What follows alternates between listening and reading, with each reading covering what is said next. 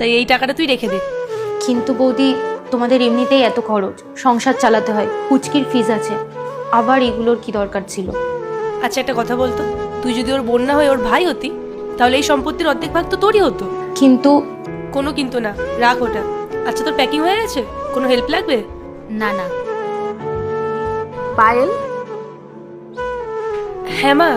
যাও কিচেনে গিয়ে দুধটা জাল দিয়ে এসো। ঠিক আছে মা।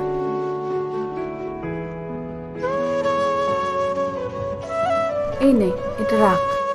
এটা কি মা? 10,000 টাকা আছে, রেখে দে, তোর কাজে লেগে যাবে। মা, এগুলো দাদা বৌদির বেশি প্রয়োজন, সংসারের এত খরচ, পুচকির ফিস। আর তুই চিন্তা করছিস কেন? এই বাড়ির খরচা ঠিক চলে যাবে। তুই এই বাড়ির মেয়ে না? এই বাড়ির সব কিছুর উপর আমাদের যেমন অধিকার আছে, ঠিক ততটাই তোরও অধিকার আছে, রাখ। আরে বেশি চিন্তা করিস না, চল তো, ট্রেনের টাইম হয়ে গেছে। আর রাহুলও তো ওয়েট